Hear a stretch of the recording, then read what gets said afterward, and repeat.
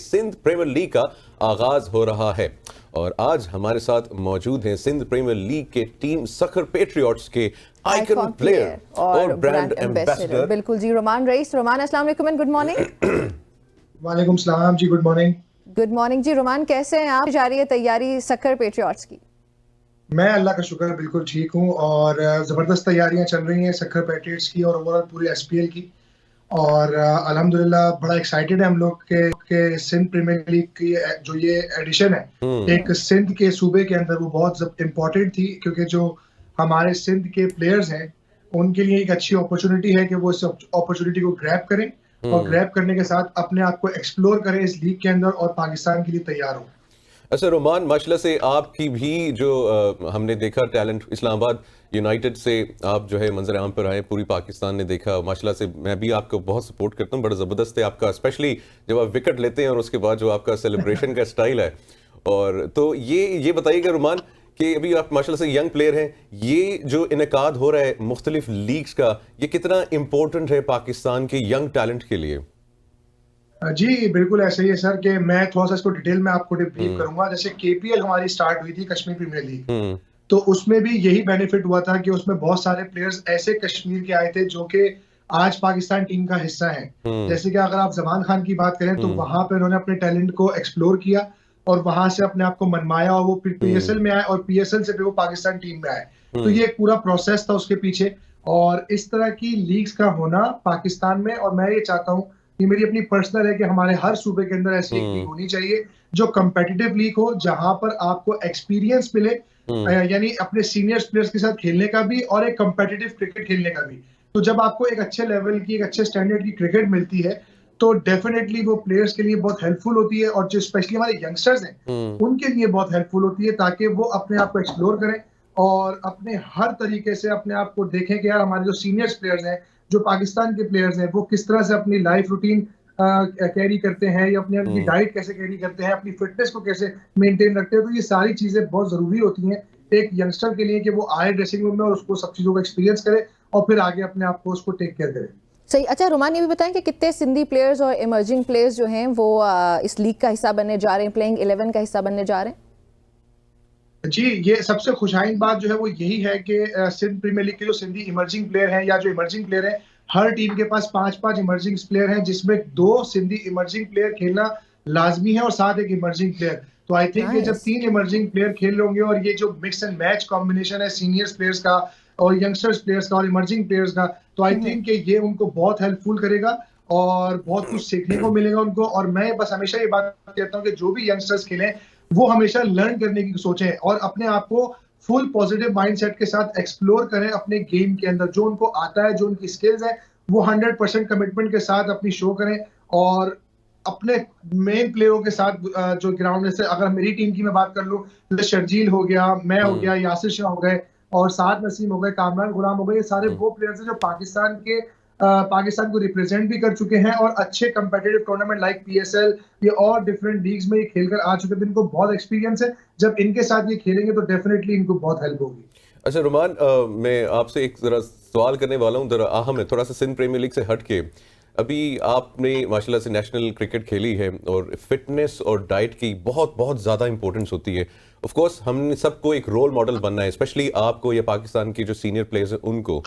और इस वक्त की पाकिस्तान की अगर हम लोग क्रिकेट टीम देखते हैं और फिटनेस और उनकी डाइट और परफॉर्मेंस को लेके और सिलेक्शन को लेके और एक अनसर्टन सा एक माहौल बना हुआ है, मैनेजमेंट का भी, क्रिकेट भी, प्लेयर्स भी परफॉर्म नहीं कर पा रहे हैं, इस सारी चीज़ों को आप किस नज़र से देखते हैं?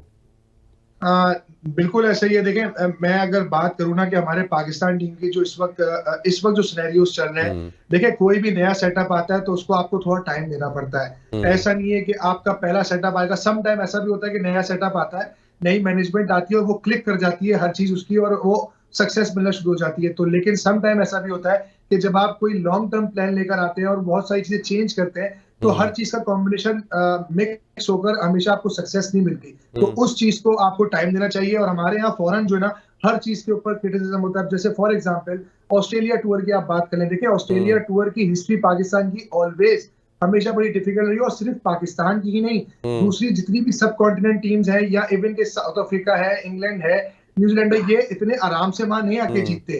तो ऑस्ट्रेलियन अपनी कंडीशन में बहुत स्ट्रांग है, उनको पता है अपनी कंडीशंस का, अपनी पिचेस का आइडिया उनको बहुत अच्छा है। इसी तरीके से अगर आप न्यूजीलैंड की T20 सीरीज देखें तो हमने बहुत ज्यादा एक्सपेरिमेंट किए। क्यों?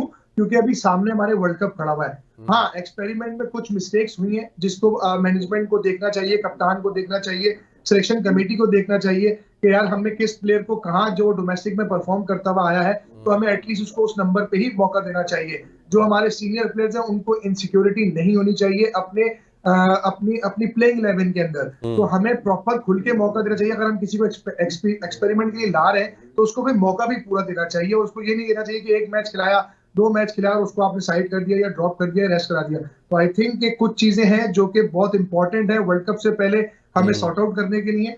और अगर आप फिटनेस के हवाले से बात करें तो फिटनेस में देखें वर्कलोड मैनेजमेंट बहुत जरूरी है।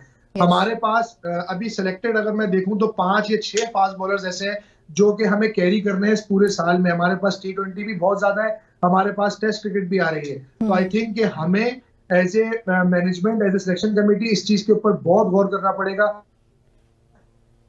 फास्ट बॉलर्स को अच्छे से टेक केयर किया, क्योंकि अभी आपने देखा होगा पास्ट में वर्ल्ड कप से पहले ODI के कि हमें 2 बड़ी इंजरीज का सामना करना पड़ा, जिसमें हमने नसीम शाह को खोया डेफिनेटली उसके वर्कलोड की वजह से, और उसको एक इंजरी हुई। दूसरी चीज फिर हमने एहसान उल्लाह को हमने PSL के बाद जो उसके साथ जो भी प्रॉब्लम हुआ वो सामने है। इस तरह भी नेक्स्ट चीज में आप देखें खुर्रम शहजाद गए, इतनी डोमेस्टिक क्रिकेट खेलते हुए गए, जैसे उन्होंने टेस्ट मैच खेला पहला तो उनको भी इंजरी हो गई। तो आई थिंक कि ये कम्युनिकेशन होना एक प्लेयर के साथ और उसको विदाउट एनी इनसिक्योरिटी कि यार कि हम आपको रेस्ट देना चाह रहे हैं, आप 1 से 2 मैच रेस्ट करो और अपने आप रिकवरी अच्छी करो, अपनी फिटनेस पे काम करो, अपने मसल्स को स्ट्रॉन्ग करो। तो ये कम्युनिकेशन होना between players and selection committee, management and PCB ये बहुत जरूरी है। वरना हम इसी तरह हर बड़े इवेंट से पहले यही अफसोस करेंगे कि कभी कोई इंजरी हो गई, कभी कोई इंजरी हो गई।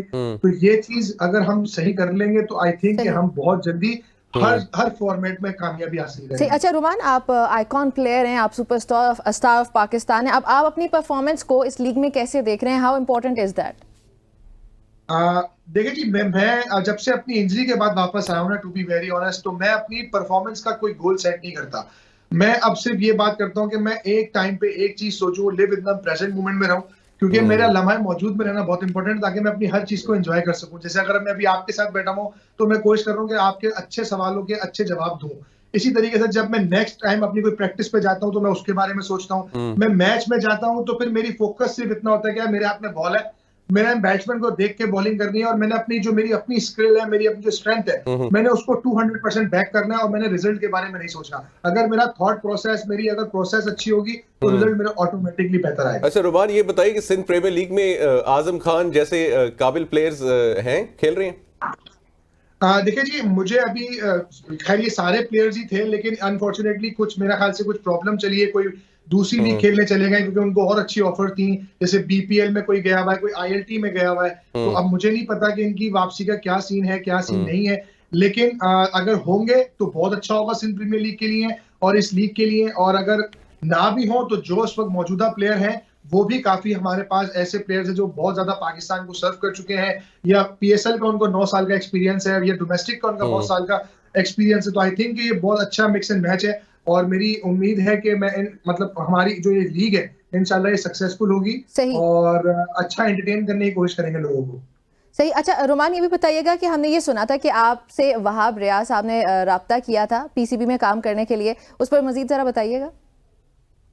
जी बिल्कुल। सबसे पहले तो देखें, मेरे लिए ये बड़ी ऑनर की बात है कि वहाब भाई ने मुझे इस जॉब के लिए ऑफर किया था। जब मैं T10 खेलने जाने लगा था उससे पहले की बात है, जब वहाब भाई को ये अपॉर्चुनिटी मिली थी, तो मैं थैंक यू करना चाहता हूँ वहाब भाई का कि उन्होंने मुझे इस काबिल समझा कि बेसिकली उन्होंने मुझे इस चीज के लिए अप्रोच किया। लेकिन ये मेरा पर्सनल डिसीजन था। मैंने उनसे कुछ चीजें मतलब शेयर की कि मेरा ऐसा प्लान है 2 साल का या 4 साल का।